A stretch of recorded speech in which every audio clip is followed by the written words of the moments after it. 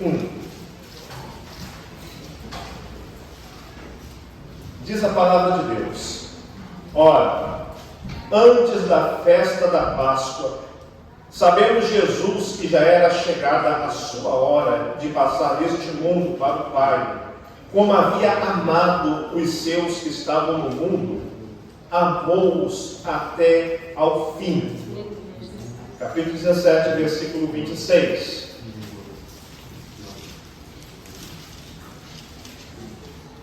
Jesus dizendo: e eu lhes fiz conhecer o teu nome, e lhe farei conhecer mais, para que o amor com o que me tens amado esteja neles, e eu neles esteja. Amém. Irmãos, o apóstolo João, ele enfatiza o amor de Deus por nós, o amor de Cristo pelas nossas vidas, e o amor que nós devemos compartilhar ou manifestar. O amor de Deus devemos manifestar para com os nossos irmãos, para com a nossa família e também para aqueles que estão no mundo. E Jesus, durante a sua última ceia com seus discípulos, a ceia da Páscoa, ele introduziu também a ceia da igreja, a ceia do Senhor, da qual nós aqui estamos participando como uma ordenança de Cristo. E vemos que nesse momento tão importante, tão emblemático no ministério de Jesus, ele trouxe umas orientações muito importantes para os seus discípulos, pois era o momento da qual ele estava se despedindo dos seus discípulos, ele estaria depois ali, levando a cruz até o Calvário. E ali ele morrendo pelos pecadores, por toda a humanidade, cumprindo assim a palavra de Deus. E quando nós vemos no momento de despedida, ele traz instruções muito específicas. Quando alguém, uma pessoa vai se despedir do seu familiar, vai fazer uma viagem, ou então vai viajar para uma nação distante, é claro que você vai reunir as pessoas que você ama, as pessoas que fizeram parte da sua vida, da sua trajetória, talvez por um mês você nunca mais vai ver, e ali você vai falar com aquelas pessoas, vai trazer uma palavra de encorajamento para aquelas pessoas, uma palavra de consolação. Então, geralmente é assim que tem acontecido, nos círculos de amizade, ou então até mesmo de família, quando alguém vai viajar, vai partir para um local distante, uma nação, uma cidade distante. E assim, dessa forma, Jesus, ele falou especificamente para aqueles da qual ele tinha amado, seus discípulos. E aqui, quantos tem aqui que são simpatizantes de Jesus? Gostam das ideias dele? Levanta a mão. Vai levantar, simpatizante. Quantos aqui são discípulos de Jesus? Discípulos, aleluia. Então, a palavra para a nossa vida. E do capítulo 13 ao 17, Jesus ele traz uma orientação muito específica para os discípulos. Eu tirei aqui algumas coisas importantes. Jesus ele ensina a importância da humildade. Ele deixou isso durante todo o seu ministério, como Filho de Deus, como o seu ministério aqui na terra. Jesus ele nos deu um grande exemplo de humildade. O apóstolo Paulo fala que, sendo em forma de Deus, ele se tornou homem como forma de servo. E sendo em forma de servo, ele se humilhou numa morte mais humilhante, que foi a morte de cruz. E Jesus ele deixa um exemplo aos discípulos sobre a humildade quando ele toma a atitude de lavar os pés dos discípulos. Um costume que era somente para os escravos da época, os servos daquela casa de um lar deveriam fazer quando os anfitrião, as pessoas chegavam em casa, então aquele servo lavava os pés do seu anfitrião. E Jesus ele ensinou algo muito importante. Ele lavou os pés dos discípulos. Aqui falando sobre a importância da humildade. Jesus ele disse para os seus discípulos, capítulo 13, versículo 13 e 14: ou melhor, versículo 34 e 35. No versículo 13 e 14, perdão. Vós me chamais mestre e Senhor, e dizeis bem, porque eu sou. Ora, se eu, Senhor e mestre, vos lavei os pés, vós deveis também lavar os pés uns aos outros, porque eu vos dei o exemplo, para que, como eu vos fiz, façais vós também. E o exemplo que ele traz aqui é de nós termos esse foco, essa motivação de estar servindo. Estar servindo meu irmão, estar servindo a minha irmã, estar servindo o melhor que eu posso para a igreja. Para aqueles que estão servindo a Deus comigo, é ser servo. E isso deve estar no coração do discípulo, porque em algum momento atrás, os discípulos até se questionavam: quem será o maior de nós? E Jesus falou que o reino dele não é igual ao mundo, né? Quem tem os grandes líderes governantes que dominam sobre as pessoas, mas vós não sereis assim. O maior será aquele que se fizer menor. O maior do reino dos céus é aquele que se faz menor, é aquele que é humilde.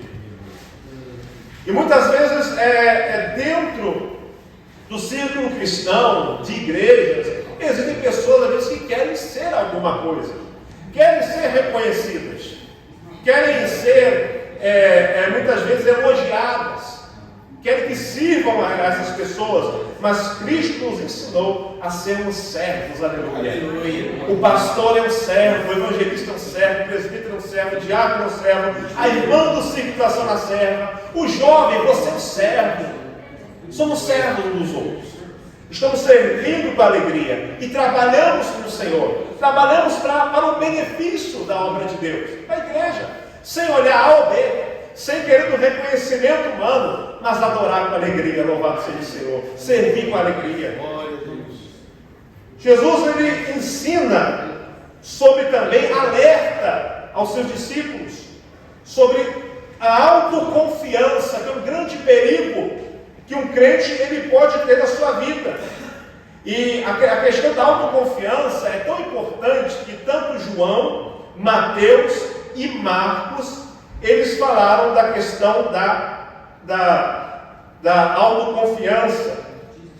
No mesmo capítulo 13, do versículo 36 até o versículo número 38, Pedro, ele disse para Jesus: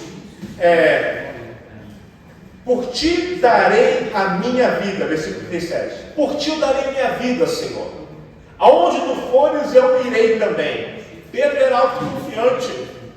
Ele acreditava na sua coragem. Ele foi um homem de trabalho, trabalhou a vida inteira na pesca. Era um homem que estava pronto, segundo o coração, com a confiança dele, a defender Jesus a qualquer momento, a qualquer perigo. Mas Jesus olhou aos olhos de Pedro, e no versículo 38, Jesus lhe disse: tu darás a tua vida por mim?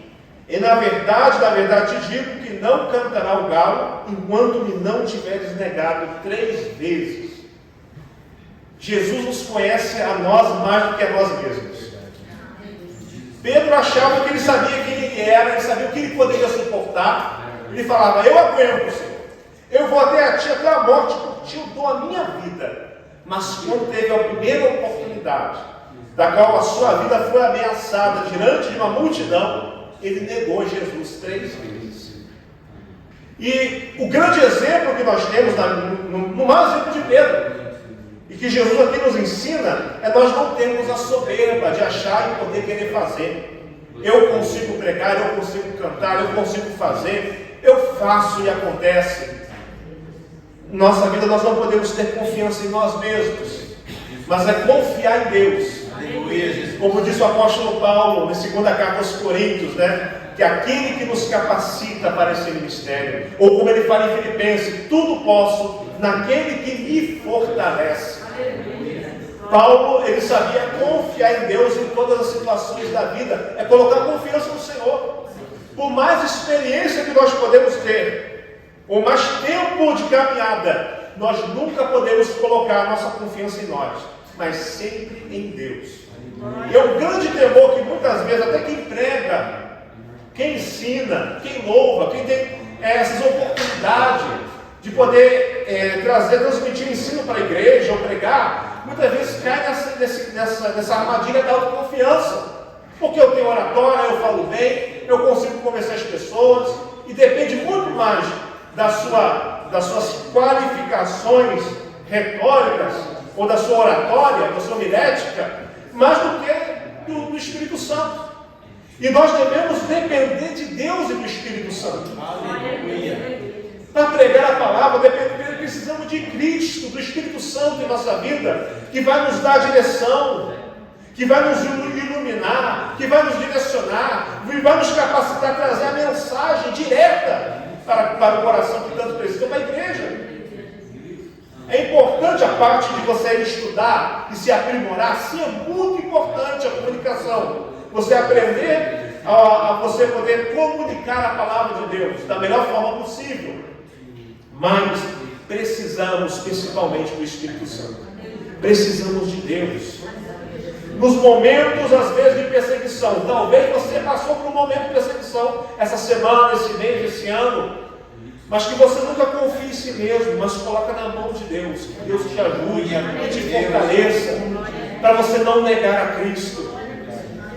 A não retroceder, a não confiar em si mesmo, não ter autoconfiança, mas no Senhor. A palavra de Jesus ele também fala sobre a esperança. Porque Cristo ele estaria retornando ao Pai. E os discípulos estariam aqui ainda, mas Jesus ele consolou o coração daqueles homens naquele momento, não só para toda a igreja, porque Jesus ele disse: se eu for, eu vos vou preparar lugar, e virei outra vez e vos levarei para mim mesmo, e onde eu estiver, estareis vós também. Aleluia. Aleluia. O apóstolo Paulo ele fala sobre a fé, a esperança e o amor, e o mais importante é o amor, quando ele fala ali em 1 Coríntios capítulo 13, e nós vemos que a esperança do crente, ela é uma dádiva que Deus nos dá, embora hoje estamos passando por tanta luta. Eu ali visitei o meu pai e vi um momento difícil ele no Brasil, momento da qual ele estava no leito de hospital, mas confiante em Deus, eu estava sempre confiante. Porque segundo o laudo médico, ele deu infarto, e foi um infarto muito perigoso que deu nele. Não é aquele fulminante, né? Mas é aquele que aos poucos, né? A pessoa vai sentindo dor, vai passando mal, e é muito perigoso. Mas assim, confiando no Senhor, e vendo essa situação de aflições, né? A gente vai aqui no hospital, no Brasil é bem diferente. O presbítero de casa acha tão bonito que lá o crente pode fazer visita, né? Ele tem no caso, certificado de capelania. Então, várias irmãs de igrejas, várias pessoas vão lá, visitam os enfermos, né, oram pelos enfermos, né, uma coisa que é muito difícil, infelizmente, aqui no Japão. Né, se a gente é só familiar que pode ir, às vezes é muito difícil. Então, não pode qualquer pessoa. Então, lá sempre tem muitos crentes. Então, você vai no hospital, tem crente lá. E vai lá fazer visita, ora com os passos, algo tão bonito. Né? Então, nós vemos que essas pessoas, né, vão lá, oram, claro, pela cura, mas também traz uma palavra de esperança para muitos cristãos enfermos, pessoas que são crentes, às vezes, na fé, mas passam por uma situação tão difícil. Mas nós vemos aqui que Cristo Jesus, ele fala, que ele diz na palavra de Deus, em Apocalipse, que um dia ele vai limpar todas as lágrimas. Não haverá choro, não haverá mais dor, e não haverá mais lembranças das coisas passadas. É uma realidade. Glória a Deus. A esperança do crente não é uma utopia, não é uma ilusão. É uma realidade. É a verdade. Cristo, ele voltará. Louvado seja o nome do Senhor.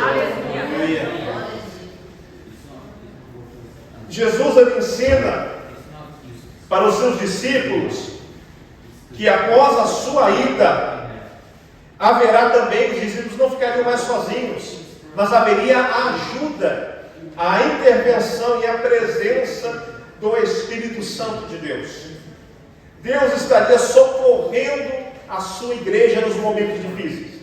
Nos momentos de dificuldade, Ele estaria ali ajudando, confortando e consolando. Quando a Bíblia ela fala sobre o Espírito Santo, ela fala que Ele o chama de Consolador. Jesus o chama de Consolador, dizendo que eu rogarei ao Pai e Ele vos dará outro Consolador para que fique convosco para sempre, o Espírito da Verdade. Acho lindo esse título, o Espírito da Verdade, que o mundo não pode receber, porque não o vê e nem o conhece. Aleluia. Vou falar para os irmãos que maravilha esse texto aqui. Mas vós o conheceis, porque habita convosco e estará em vós. Olha só que interessante. O mundo não vê e não conhece o Espírito Santo. O mundo não pode ver, não tem intimidade com o Espírito Santo.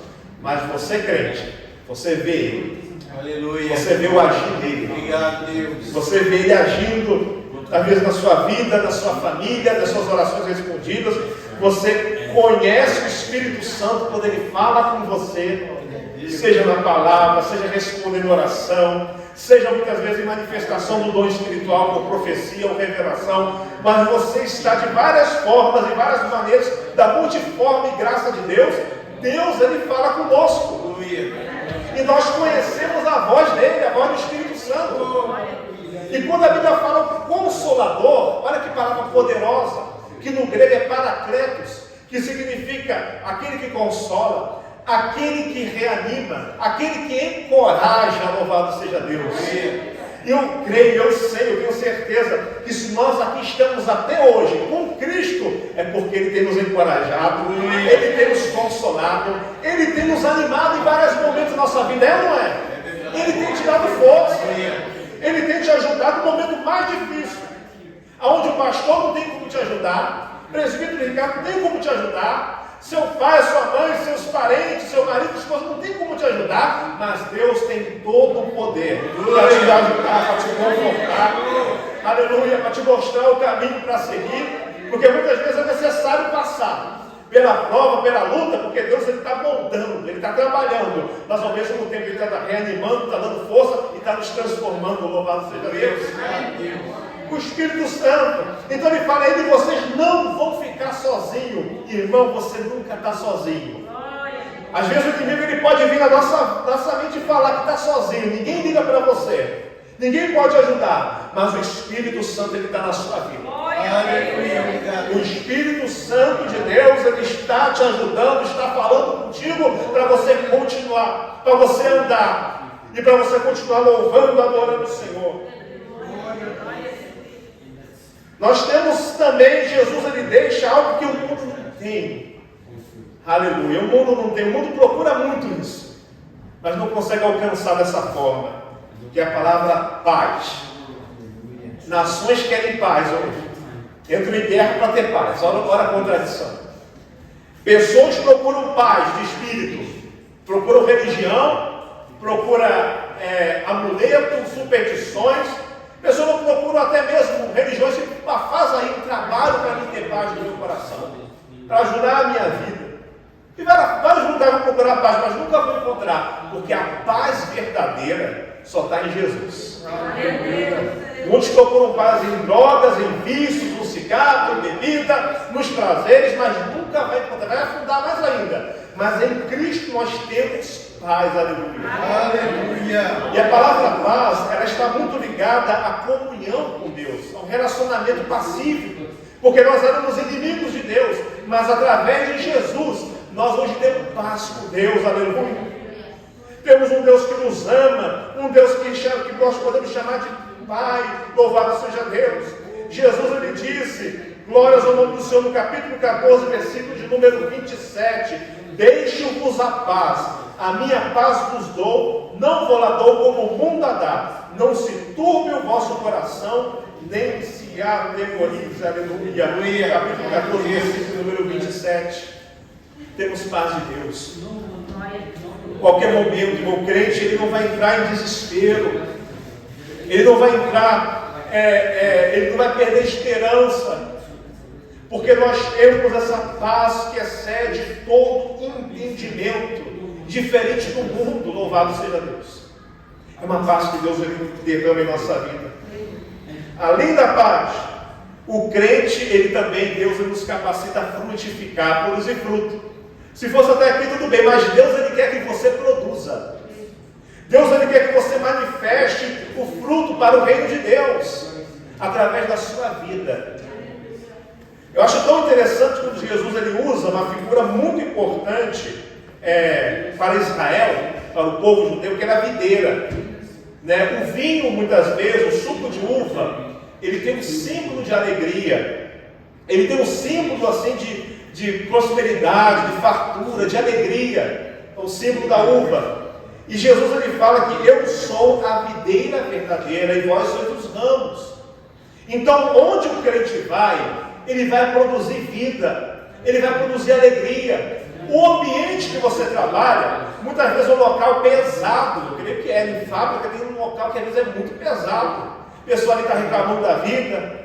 Tem gente ali que está cheia de raiva, estressada, com ódio, com depressão.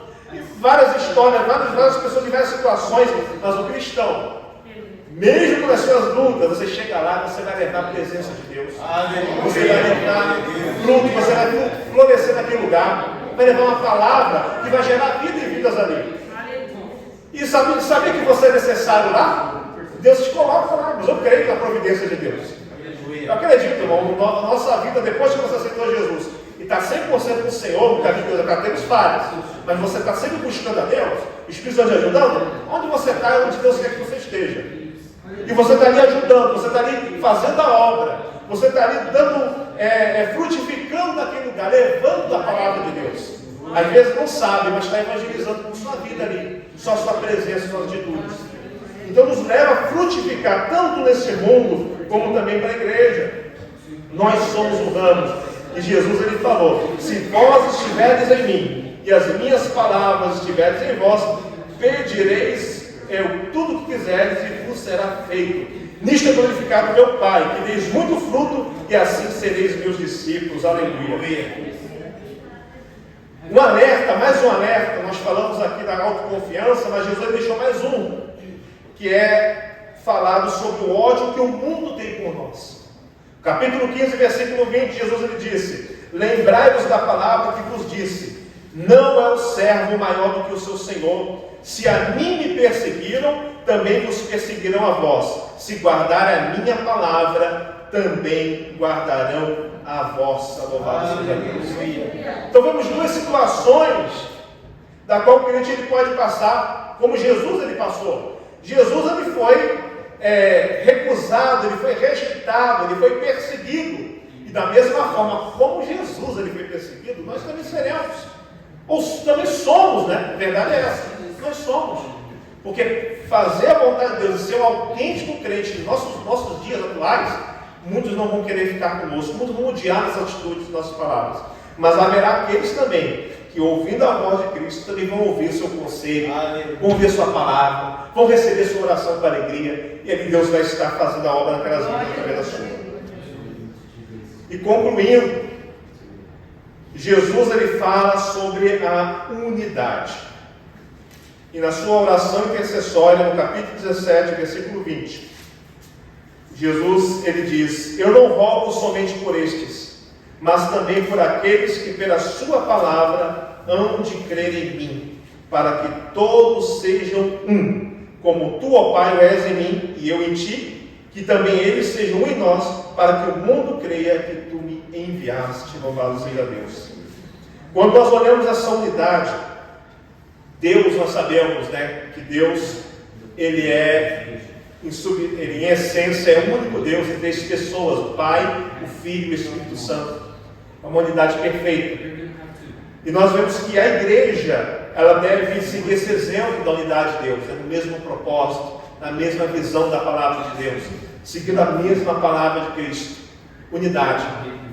E quando olhamos os discípulos, eles eram pessoas iguais uma ou outra? Sim ou não? Eles tinham classes sociais diferentes um do outro? Tinha cobrador de impostos, tinha pescador, tinha pessoa que era um religioso radical, como Simão Zelote. A Bíblia não fala muito, mas por Simão Zelote, ele era de uma seita judaica muito radical mesmo, muito agressiva.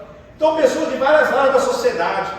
Jesus pegou aquelas pessoas e fez ali, trabalhou naqueles homens, né, tinha 3 anos, e ele mostrou uma unidade, da diversidade. A igreja é dessa forma, pessoas diferentes, personalidade diferente, temperamento diferente, culturas diferentes, nações diferentes, mas é um único povo e unidade. Aleluia. Que nós podemos adorar. Você está aqui adorando o Senhor numa igreja aqui, brasileira, é a mesma igreja. Tem japonês na sua igreja, com língua japonesa, é a mesma igreja de Cristo. É a unidade que nós temos, que devemos preservar na diferença. da diferença que nós temos que saber compreender e amar. Lembra que nós falamos aqui do amor, começa falando do amor? E no capítulo 17, versículo de número 26, nós lemos, ele termina falando do amor. Que nós venhamos para que o amor com que me tens amado esteja neles e eu neles esteja. O amor de Deus em nossas vidas, que nos capacita a amar a pessoa, por mais difícil que seja, mas nós amamos, sabemos perdoar, sabemos suportar e trabalhar junto para a glória de Deus. Amém? E aqui eu quero concluir essa palavra somente lendo Romanos capítulo 8, que aqui nos fala do amor de Deus, a vitória que o crente ele tem, porque Deus ele é por nós, Deus ele nos amou. Não está falando aqui do amor que nós temos por Deus, mas do amor que Deus ele tem por nós somos mais do que vencedores. Romanos 8, a partir do versículo 31. Que diremos, pois, estas coisas? Se Deus é por nós, quem será contra nós? Aquele que nem mesmo a seu próprio Filho poupou, antes o entregou por todos nós, como nos não dará também com ele todas as coisas? Quem tentará acusação contra os escolhidos de Deus? É Deus quem os justifica. Quem os condenará? Pois é Cristo quem morreu, ou antes, quem ressuscitou dentre os mortos, o qual está à direita de Deus e também intercede por nós. Quem nos separará do amor de Cristo? Quem? A tribulação, ou a angústia, ou a perseguição, ou a fome, ou a nudez, ou o perigo, a espada? Como está escrito: por amor de ti somos entregues à morte todo o dia, fomos reputados como ovelhas para o matador. Mas em todas estas coisas somos mais do que vencedores por aquele que nos amou. Porque estou certo que nem a morte, nem a vida, nem os anjos, nem os principados, nem as potestades, nem o presente, nem o porvir, nem a altura, nem a profundidade, nem alguma outra criatura nos poderá separar do amor de Deus que está em Cristo Jesus, nosso Senhor. Deus ele te ama, Jesus ele te ama, irmãos. Permanecemos no amor de Deus. Aleluia. Vamos colocar de pé, vamos orar ao Senhor. Vamos orar ao nosso Deus. Aleluia. Deus eterno. Quero orar aqui, irmãos. Eu quero fazer um apelo bem específico mesmo. Mas você que tem passado por uma luta muito grande e tem sentido, sabe, muitas vezes a tristeza tem tomado conta do seu coração, da sua vida. Mas Deus, eu quero dizer que Deus tem estado contigo. Deus ele quer derramar o seu amor, quer mostrar o seu amor para a sua vida. Deus é contigo. Deus ele te ama, Jesus ele te ama, porque você é discípulo do Senhor. Amém? Se alguém deseja receber oração, que Deus venha te abençoar em nome de Jesus. Em nome de Jesus. É bem específica, somente nesse sentido só. Amém? Amém? Então vem, irmão, vamos estar orando, você pode estar orando. Amém? Em nome de Jesus. Feche seus olhos, vamos orar. Amém? Vamos estar louvando o Senhor. Então, se o louvor tiver um louvor, vamos cantar ao nosso Deus. Estenda suas mãos para cá. Querido Deus e Pai, nós aqui estamos orando, Senhor. A Tua palavra diz que muitas são as aflições do justo, mas o Senhor o livra de todas. Pai amado, como filhos de Deus, nós passamos por muitas aflições, ó Pai. Muitas vezes nos sentimos sozinhos, muitas vezes nos sentimos desamparados, e às vezes nem mesmo conseguimos orar, mas chorar, meu Pai, diante da situação. Às vezes até pensamos, ó Pai, em abandonar e desistir, mas o Senhor, meu Pai, é aquele que no momento mais difícil, onde não tem palavra, meu Pai, que possa nos consolar, um amigo, um abraço amigo, meu Pai, que possa nos ajudar. Mas o Senhor vem, meu Pai, com o seu amor.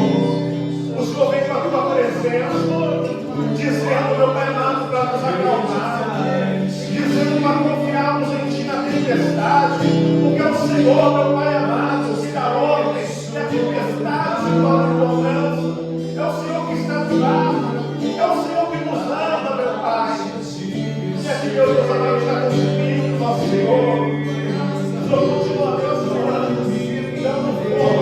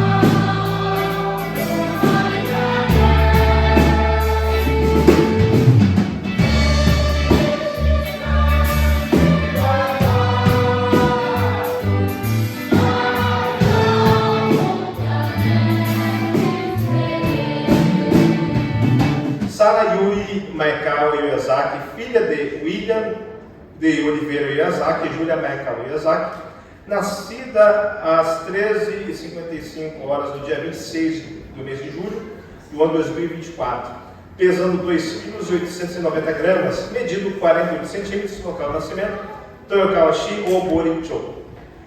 O texto bíblico diz: ouve Israel, o Senhor nosso Deus é o único Senhor, amarás o Senhor teu Deus de todo o teu coração, de toda a tua alma e de todas as tuas forças. E estas palavras que hoje te ordeno estarão no teu coração, e as ensinarás a teus filhos, e delas falarás assentado em tua casa, e andando pelo caminho, e deitando-te e levantando-te. Também as atarás por sinal na tua mão, e te serão por frontais entre os teus olhos, e as escreverás nos umbrais de tua casa e nas tuas portas. Deuteronômio capítulo 6, do versículo 4 ao versículo 9. Mas depois tem aqui uma declaração que vocês vão ter que fazer. Está escrito aqui, tá? Não vou estar lendo não. Mas trazendo uma palavra aqui no base desse texto, nós vemos que Deus ele deixou para a palavra de Deus, ela deixa a responsabilidade dos pais. Está ensinando a palavra de Deus para seus filhos. Então, seja ensinando por palavras, mas pela prática. Mas é quando que eu vou ensinar para meus filhos? Será que é domingo? Será que é sábado, final de semana? Quando der? Não, a Bíblia é muito clara. É ensinando assentado em casa, andando no caminho, deitando-te e levantando-te. Então, todo momento que a palavra de Deus ela vem estar sempre presente. No William e irmã Júlia, tá? Para a pequena Sara, como também para os outros, em nome de Jesus. Amém? Então, quero aqui já estar fazendo a oração. Amém? Como eram os pais aqui, então vamos ler essa parte aqui. Depois a gente já olha, que bom. Está aqui uma declaração aqui, acho que publicamente. Você pode ler aqui. Vai. Salve a igreja com a paz do Senhor Jesus. Amém. Vou ler aqui. Nós, papai e mamãe, prometemos diante de Deus e destas testemunhas te criar e educar no temor do Senhor, ensinando-o a amar a Deus e a obedecer a sua palavra. Amém? Amém. Glória a Deus. Vamos colocar de pé então, vamos orar ao Senhor.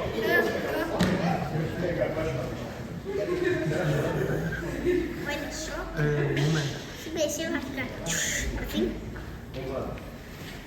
Querido Deus e Pai, nós aqui oramos ao Senhor, apresentando, meu Pai, esta criança, a pequena Sara, meu Pai. Meu Deus amado, como assim, meu Pai, há poucos dias de vida, Senhor, começando e iniciando a sua vida, Senhor. Mas que o Senhor dê sabedoria, que o Senhor dê entendimento aos teus pais, ó Senhor, para ensinar a tua palavra, criando essa criança, meu Pai, no ensino, a demonstração do Senhor. Abençoa essa família, abençoa a saúde dela, meu Pai, emocional, espiritual, também física, meu Pai amado. E assim os seus pais, ó Deus, contribuindo para o crescimento em todas as áreas da sua vida, espiritual, física, emocional, e abençoando poderosamente. Nós assim oramos, nós assim rogamos a tua bênção sobre a Sara e a sua família, em nome de Jesus. Amém. Amém. Deus abençoe. Vai começar a chorar. Glória a Deus.